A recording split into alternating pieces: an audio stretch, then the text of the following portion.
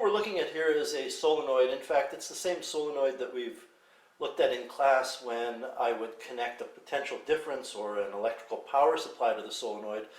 We use this particular solenoid to investigate the magnetic field lines that were created around that solenoid. And we were using something called the motor effect when we were doing that demonstration before. We hooked a potential difference up that was taking electrical energy and it was converting it to mechanical energy.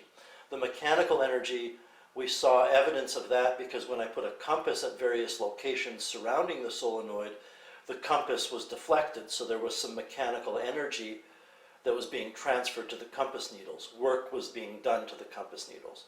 So if you connect a potential difference to a solenoid, you get an output of mechanical energy, and we call that the motor effect. Well, this time, though, what I have is I'm connecting the solenoid to what's called a galvanometer. And a galvanometer is kind of a multi-purpose meter. It's able to measure current and potential difference.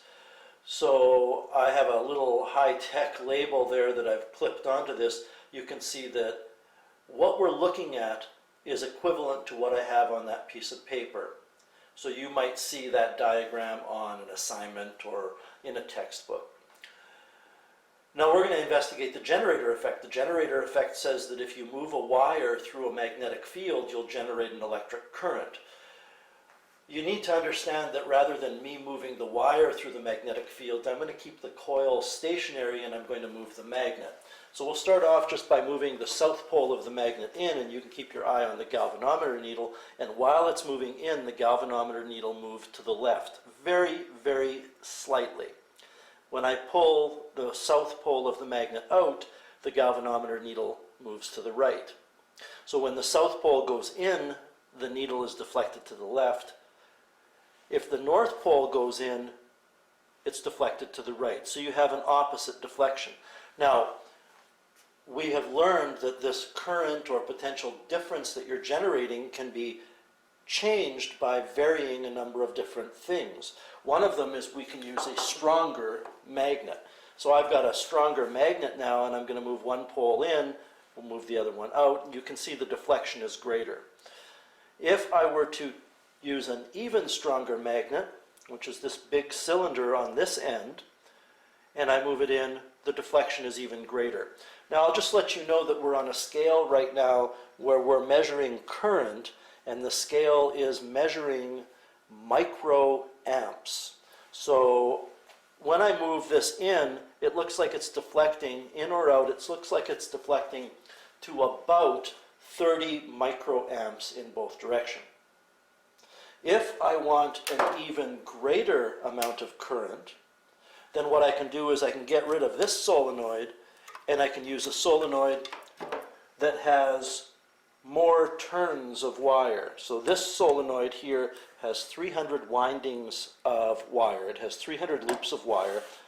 And although it is a little bit of a smaller radius, it's a fairly large radius still.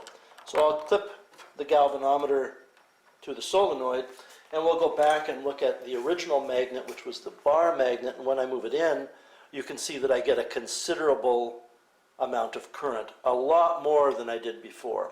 And that's because the magnetic field is acting on more pieces of wire, so more electrons are being influenced by it.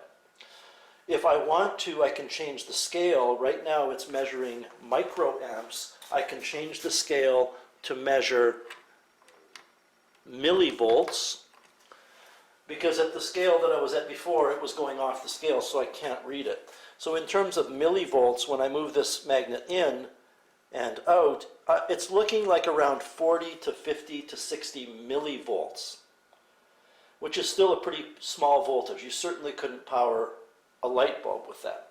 I'm going to go now to the stronger magnet, and when I move the stronger magnet in, it's going off the scale now with the millivolt scale. So I can go to an even higher scale now, which is a 5-volt scale. So if that needle is deflected all the way to the edge on either side, we're talking about 5 volts. Well, you're not even going to get close to 5 volts. It's if I had to estimate, we're looking at maybe 0.2, 0.3, 0.4 volts. If I wanted an even greater voltage than what I could do, don't forget there were 300 windings on this solenoid here. I can go to this solenoid, which also happens to have 300 windings, but you can see that the radius of the windings is considerably smaller. And that means that the wire that's being influenced by the magnet and its magnetic field will be in a region of space where the magnetic field is stronger. The closer the wire is to the magnet, the stronger the magnetic field. We're on the volt range here. Let's just see what happens if I use the regular bar magnet. It hardly moves. This magnet is not a very strong magnet, so we're going to go to the stronger magnet, which just barely fits in the opening, and when I move it in and out, I'm getting around, I would say, half of a volt. So hopefully that gives you an idea of what we're talking about here. With the generator effect, you have a motion of a wire relative to a magnet, and it's producing an electric current.